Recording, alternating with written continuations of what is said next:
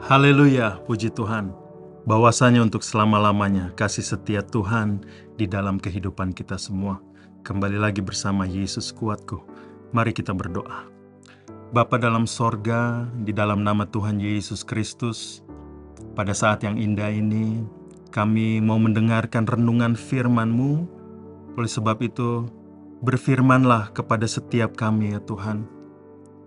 Berbicaralah kepada kami apa yang Tuhan rindukan di dalam kehidupan kami ini yang harus kami lakukan hari-hari ini ya Tuhan.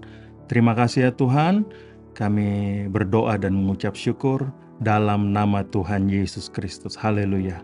Amin. Haleluya. Saat ini tema kita secerca harapan. Ayat pokok diambil dari Yesaya 30 ayat 26.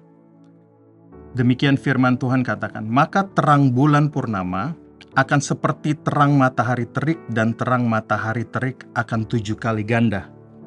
Yaitu seperti terangnya 7 hari pada waktu Tuhan membalut luka umatnya dan menyembuhkan bekas pukulan.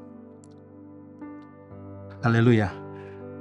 Ayat 26 ini tidak berdiri sendiri. Berarti ada ayat-ayat sebelumnya. Ayat-ayat sebelumnya ini akan menjelaskan apa sebenarnya yang terjadi.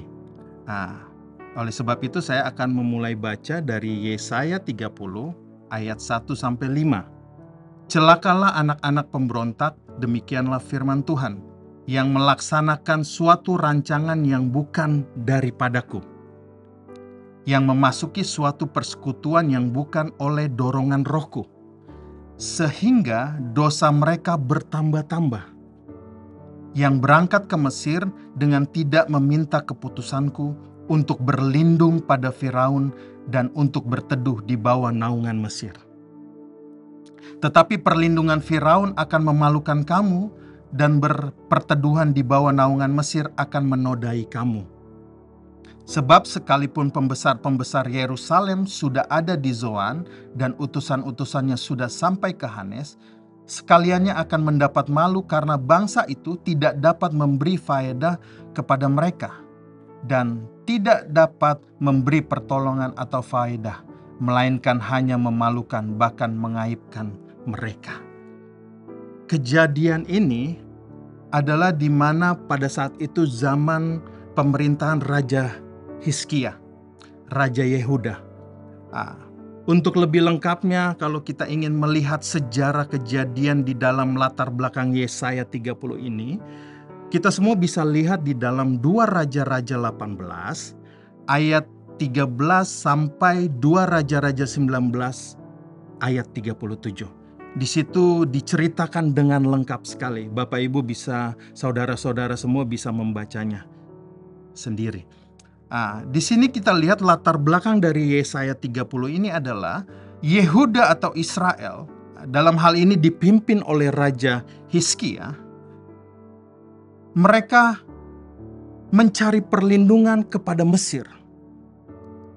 Yehuda mencari persekutuan dengan Mesir untuk memperoleh perlindungan dari Asyur.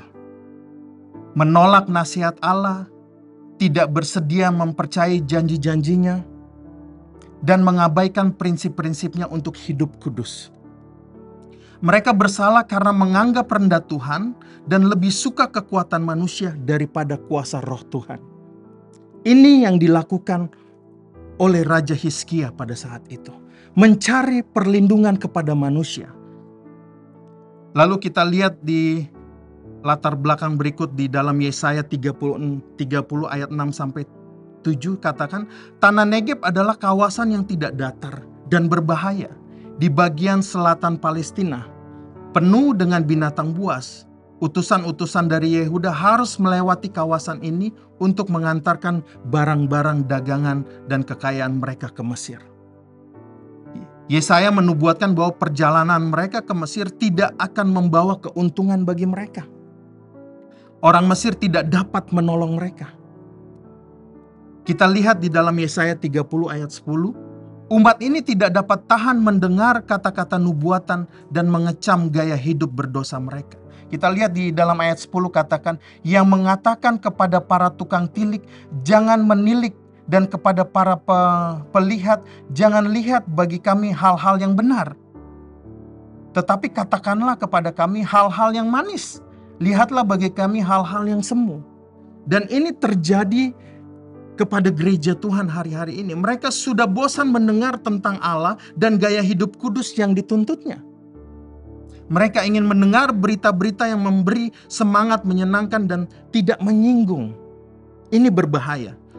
Paulus menyatakan bahwa pada hari-hari terakhir, keadaan pemikiran yang sama akan terjadi di kalangan gereja.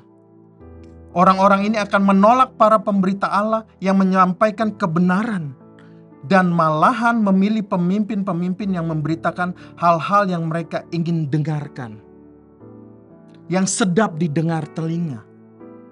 Mereka akan menuntut khotbah-khotbah yang menyenangkan dan memuji mereka, yang tidak menyingkapkan dosa dan keduniawian mereka.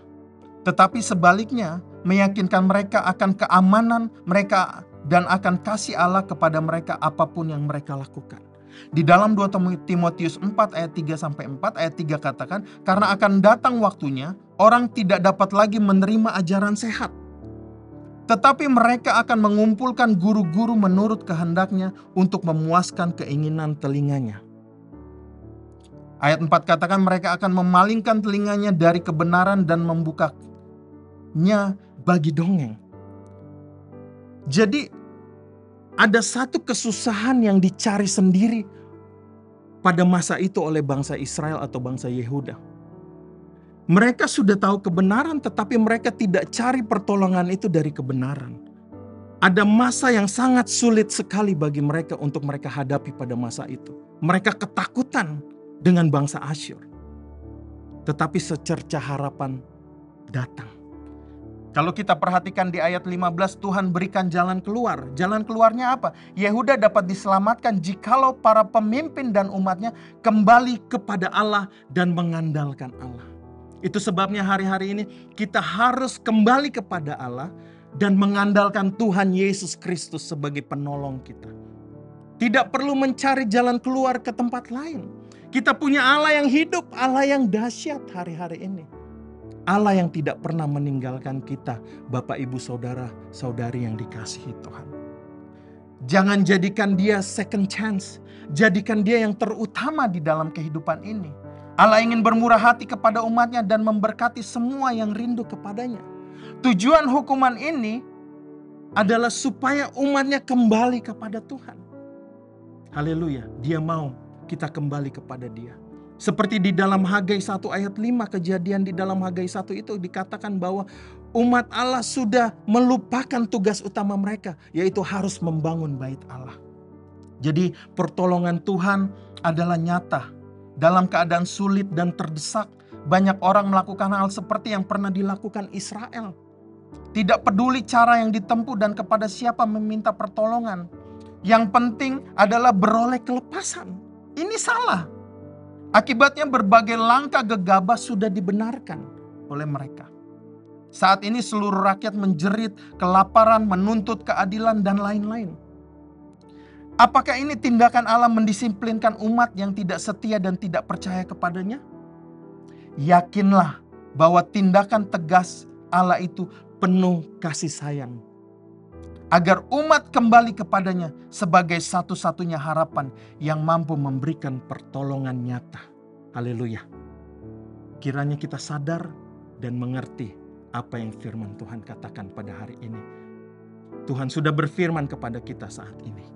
Roma 12 ayat 12 katakan, bersukacitalah dalam pengharapan, sabarlah dalam kesesakan, dan bertekunlah dalam doa.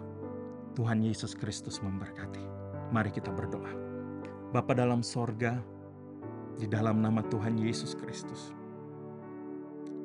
Engkau tahu setiap umat-Mu yang hari-hari ini, apa yang sedang mereka hadapi, apa yang sedang mereka alami. Mungkin keadaan mereka seperti bangsa Israel yang mencari pertolongan kepada dunia, kepada Mesir. Mesir menggambarkan dunia ini yang tidak bisa memberikan kepastian. Tetapi di dalam Engkau ada pengharapan yang pasti, Tuhan. Dan kami ingin menjadikan Engkau yang terutama di dalam kehidupan kami ini. Terima kasih Tuhan untuk firman-Mu, untuk pertolongan-Mu.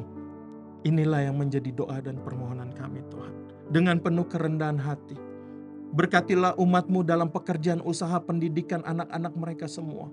Apapun yang mereka kerjakan perbuat, asalkan sesuai dengan kehendak Tuhan dan firman-Mu, maka Engkau akan memberkatinya Tuhan.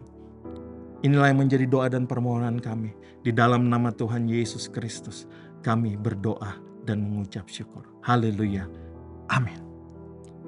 Bersama Yesus, aku kuat. Haleluya.